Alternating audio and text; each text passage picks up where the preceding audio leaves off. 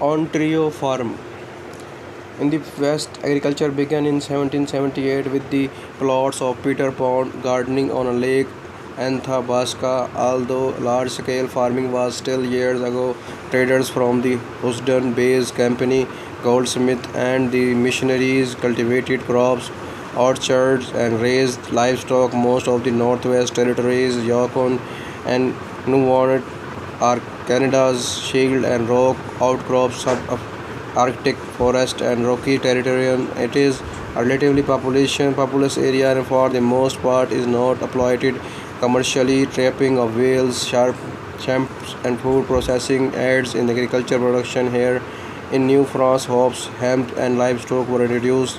In 1663, farming was adopted in a Quebec. Quebec agriculture sector relies heavily on its fruits and vegetables production. In 1890, a competition was launched to encourage farmers to improve their farms to achieve the agriculture merit order.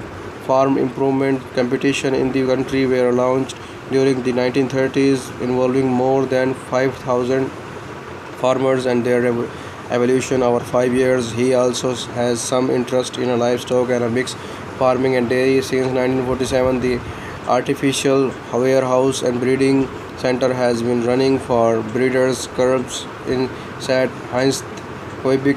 British enforcement laws 1794 to 1846 protected the British agriculture sector from importing British North American wheat. Response treaty on June 6, 1854, a trade agreement was signed between Canada and the United States. The impact Ontario. Northern Ontario is primarily a tundra and forest areas, while the southern Ontario is suitable for livestock and general farming as well as geography such as pastures and dairying industries. Fruits can also be found in southern Ontario. Ontario is the largest producer of corn, soybean, shell corn in the country. The province also has almost all forms of the tobacco in Canada, the majority of which is located in the Ontario Tobacco Belt. In the 2011 Canadian census, Ontario had 137 forms of tobacco, 3 in the Quebec and 1 on a Prince Edward Island.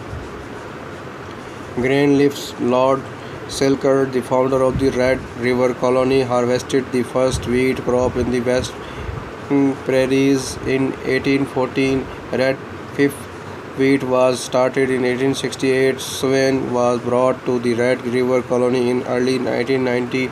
Borderland in the southern West Alberta and southwest Saskatchewan was opened for farmland in the 19th century. Southern Manitoba is a combination of a mixed grain, livestock, and farming industries. Animal husbandries around like Lake Monaba is also quite successful. Northern Manitoba, with the extensive lakes and the woodland, contains riparian areas. The Nomination Land Act of 1872 provides agriculture applicants with the fourth land, 160 acres in Western Canada, the opportunity to prove fillings fees and 3 years to improve living together on earth.